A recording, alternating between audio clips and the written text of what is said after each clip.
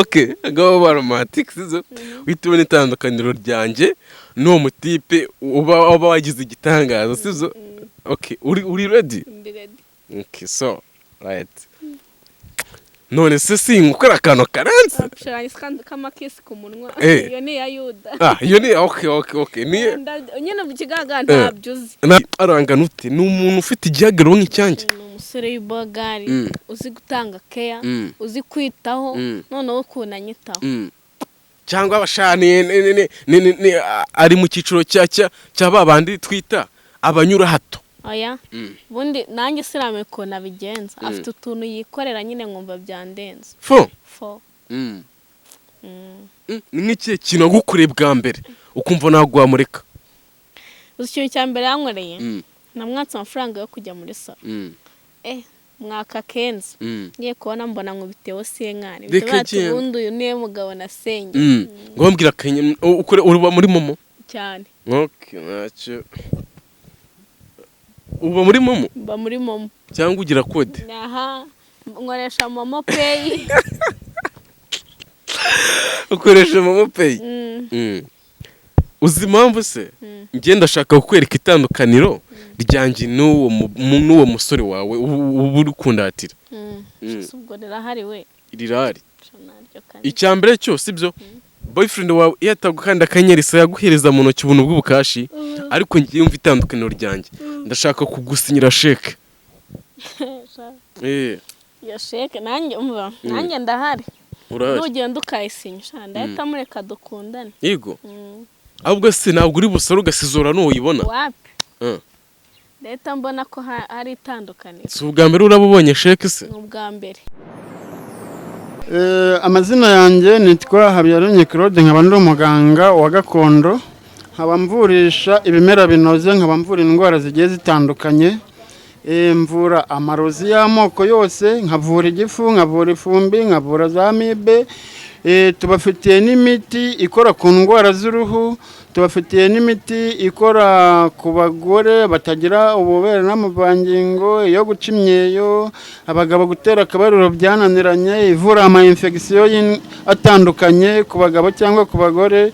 Tubafitiye umunyu w'inyanja, tukabagirira amakara, igisura, ibumba, tukabagira na rya bumba ryitwa imumbwa riri abadamu batwite bakoresha. Tubafitiye imiti y'amoko atandukanye, dufite imiti irutsa amarozi, dufite imiti ikora ku nyatsi, dufite imiti ikora kuri business ku bucuruzi, ikora ku nyatsi, wa muntu ukora ntibigende. Iyo miti yose turayibafitiye ku bwinshi. Tubafitiye imiti yo bita cloves, turmeric, piripirimanga, tubafitiye ubuki bwiza bwa kinyarwanda, tubafitiye imiti y'amoko yose. Abadushaka, abatugeraho bafite uburwayi runaka, adresse namba ya telefoni ni 0788 aho dusangirwa mu murenge wa Jabana, umudugudu wa Nyacyonga.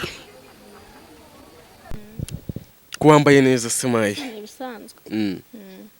Aho ufite n'ibisuko byiza, bino bisuko ni wewe wabyishyiro cyangwa hari nk'umushuga daddy yabishyiriye? Boyfriend wanjye. Boyfriend? Mu by'ukuri hari aboro nigeze guhuramo nawe ahantu hari habaye ubukwe, wambaye nyine ibintu by'imikenyero by'abantu bitabiriye ubukwe, ariko mu by'ukuri ntabwo nzi ko wakambora nyine tutwenda ngo bikubere agapira wambaye karakubereye sana. Ubona ko utambereye. Karakubereye cyazo ubundi mbere na mbere, haba agapira haba n'igisuko nyine ni forme yawe, ni forme yawe byatari. Nose wakoresheje iriye banga kugira ngo useke neza nyine. Ndikubona uri guseka amasara agaseseka ku izina ry'Imana. Ari kuri gukabya. Oya nagara gukabya. Ntacyo ni ibintu biraho bisanzwe nyine. Ni Imana yatwihereye. Ko ufite amaso meza Sebas. Ntabwo nakunze kwatsa muziko. Bivuze ngo wavukiye mu gikoma cya avoka? Navukiye mu gikoma cya avoka, ducana kuri gazi. Wa mugana abandi banasha.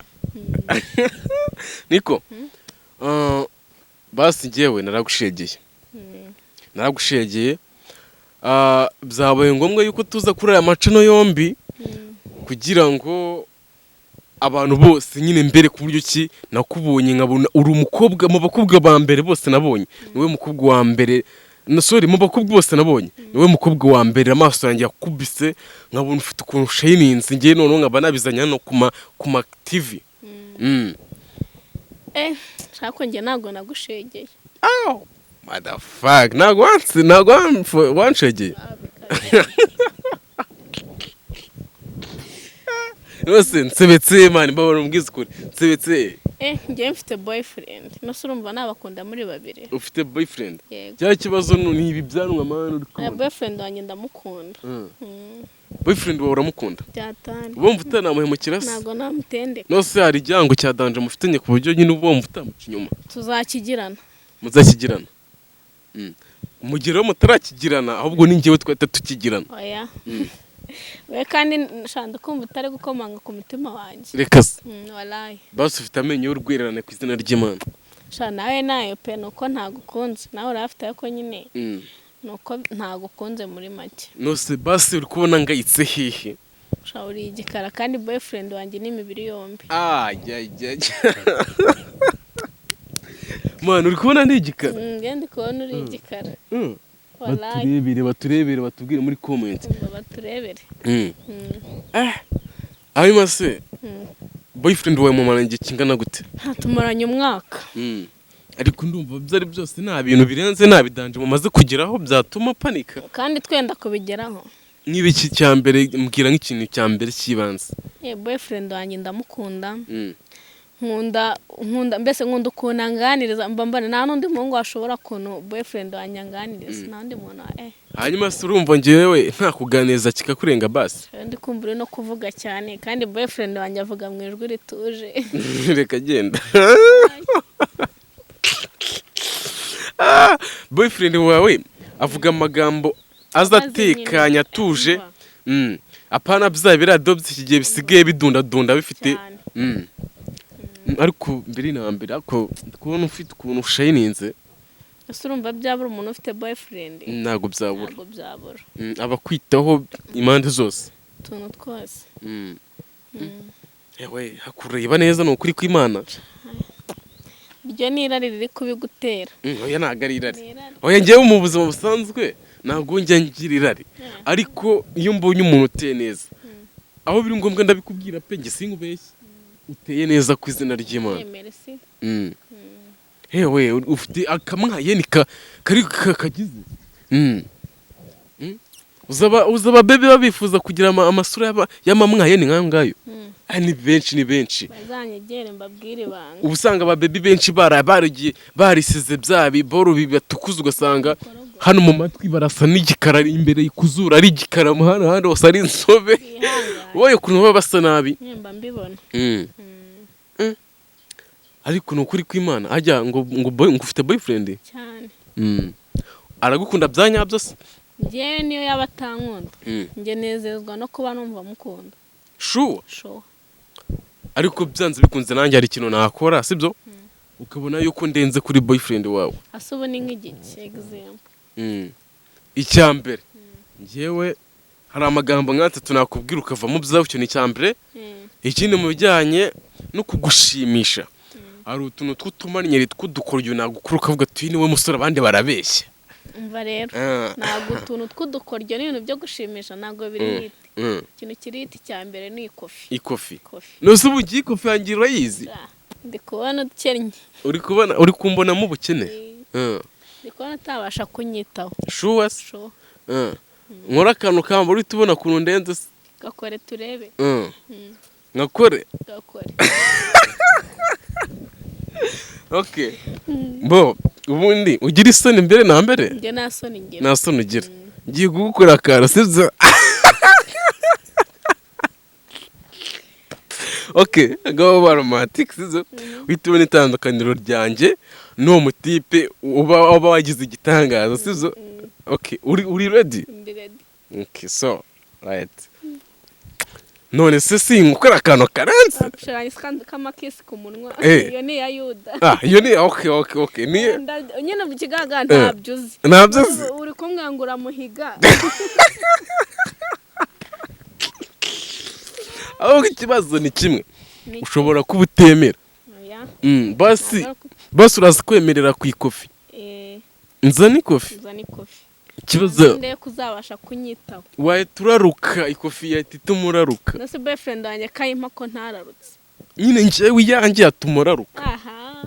Ibyo ni ibikabyo. Oya si ibikabyo. Ni ibikabyo. Urumva? Nyine nyereka ndebe. Urumva boyfriend wawe urumva yambara ipantaro ifite agafuka kanzugurunya urumva, ariko ngiye uzipa numva nambaye Banzu nyereke. uzi umufuka ibihagaze kandi uwo mufuka nagubereye naguba nyine si ukuvuga ngo haba habuzemo ikintu nagubereye aho haba harimo icyitwa urukofi rubyibushye. Nyereka nyine ndebe. wahita usara kuzina ry'Imana. Nuko nabifite. Oya wahita usara. Ugashero wanjye yubahwe. nawe ubundi se mbo shiri wawe ujya kumukunda ni ikihe kintu wagendeyeho cyangwa ukumfirimye ukumva nyine ngo abandi basore ngo nta kintu ngo kirenze ngo bakubwira? Ikintu cya mbere nakundeye boyfriend wanjye arakizi. Ntacyo nzi ndashaka kukimbwira. Boyfriend wanjye iyo muhobeye mpita numva ku isi nta bibazo bibaho. Yego Mbese numva ndi muri paradizo. Hari ukuntu umuhobera nk'iminota nka 30. Hana yanjye numva ntashaka gukanguka. Rero ikibazo ni kimwe, njyewe ibi bituza byanjye uri kubona Imana nyuma y'uko ibiremye yahise iza iramburaho ikiganza mbega kubiryamamo byameze nk'aho wibereye muri paradizo mu bwami wahawe n'Uwiteka. Urumva kuntu wewe sinzira utyo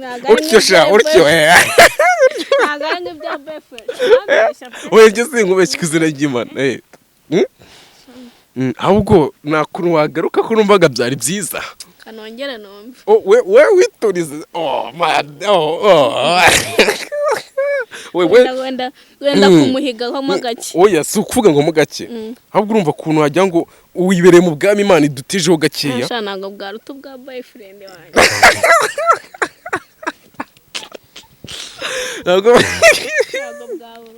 ntabwo bwaruta ubwa boyfriend wawe. Arangana ute? Ni umuntu ufite igihagararo nk'icyanjye. Ni umusore w'ibogari uzi gutanga care, uzi kwitaho, noneho ukuntu anyitaho. Cyangwa abashani ari mu cyiciro cya babandi twita abanyura hato. Oya bundi nanjye sirame ko nabigenza. Afite utuntu yikorera nyine nkumva byandenze. Fo nk'ikihe kintu agukoreye bwa mbere ukumva ntabwo wamureka? Uzi ikintu cya mbere yankoreye? Namwatse amafaranga yo kujya muri salo. Mwaka kenzi ngiye kubona mbona ngo bitewe senkani bitatu ubundi uyu niwe mugabo nasenye. ngo mbwira kanye uba muri momo cyane. Okay ntacyo. Uba muri momo? Mba muri momo. Cyangwa ugira kode? Aha nkoresha momo pay. Ukoresha momo pay? Uzi impamvu se ngenda ndashaka kukwereka itandukaniro ryanjye n'uwo musore wawe ubu uri kundatira. Ubwo rirahari we? Rirahari. Icya mbere cyose ibyo boyfriend wawe yatagukanda akanyerisa yaguhereza mu ntoki ubuntu bw'ubukashi, ariko ngiye umva itandukaniro ryanjye ndashaka kugusinyira sheke. Iyo sheke nanjye umva nanjye ndahari. Nugenda ukayisinya ndahita mureka dukundane. Yego. Ahubwo se ntabwo uri busore ugasizora n'uyibona? Wapi? Leta mbona ko hari itandukaniro. Si ubwa mbere urabubonye sheke se? Ni ubwa mbere. Urumva rero ko uri buhita usara? Wapi? Urumva urukundo emotions yatazizamuka cyane. Gusa ku izina ry'Imana nongere mbikubwire, uwabana nawe ntabwo yakicuza. Uwabana nawe yababanye n'urubuga rugari ahuramo n'ibyishimo, urubuga rugari rumuhereza buri kimwe cyo cyose. Ufite n'umutima mwiza bura niyo mpamvu ubwo se basi uko biri kose akanya twamaranye nta tuntu wagiye kumfirima nyine turenze kuri boyfriend wawe. Oya pe. Oya. Ahubwo ndi kukubona ugatuma ndi kujya kugukura ahubwo akaba ari uza. Reka genda. Koko. Oya nanone ngiye ukuntu ngiyewe mba niyizeye numva ukuntu mba niyizeye ntabwo wakagombye kuvuga gutyo. Ubundi wowe banza usinyo sheke uyizane. Wenda bura nuzana iyo sheke hari ukundi bwumva ibyumviro bizamutse. Yego se? Aha. So uno mu baby nkuko mubibona rero asa nk'ufunze umutwe, ariko muri uko kuba afunze umutwe nanjye ni tayari yo kufungura. Mfite amaturnovisi n'amasupona ya 10 na kangahe, hanyuma ubundi niko uko biri kose sibyo. Iwanyu se bakeneye umukwe? Baramukeneye. Bo ko nanjye mari ku bwawe mva rero nkubwire, mva boyfriend wanjye we yamaze no kugerayo, ahubwo ubwo mwahurira muri babiri. Yamaze kugerayo? Yafashe n'irembo? Yego mana, cyo kwawe nuzana sheke nyine uraba umuntu wo ku ruhande. Yego. Serious? Aha. Bo ubwo ngubwo rero ikintu cya mbere sibyo, reka twizere neza yuko umuntu yashyizemo akabaraga yakwishyikiriza, kuko icya mbere cyo nge nizeye yuko ikofi yawe ni ikofi y'umu boyfriend wawe n'iyanjye ntago bibyibushye kimwe, yanjye niyo kofi ya danje. Ngiye boyfriend wanjye ntago wenda wowe uzaba nkundira amafaranga, ko boyfriend wanjye nawe mukundira amafaranga. Mukundira ukari, mukundira ibintu byose byiwe nyine pe. Uko biri kose sibyo, hari ibyanjye nawe byakomeje kugorana. Ni ukuvuga ngo nanjye ikintu gihari urabona hano kuri kamera, tuzagaruka noneho nazanye ibindi bintu byarurangiza bizahita bigukura muntu. Nta kintu ntakoze ngo wanga kunyurwa, ariko buriya ino kamera nituyigarukaho nibwo uzatubona uko nshoboye ko ndenze kuri boyfriend wa, kandi uzabyibonera. Nta kibazo. Uri sure? Naribi naye ndagutegereje. Mwabantu murabe mubireba munatere comment ati uzemeza undi n'uyu nguyu, gusa icyo nzi cyo we nzakwemeza uhita uyamanika sibyo. Okay, ntacyo mukore subscribe kuri iyi modeli. Sawa tumakuze.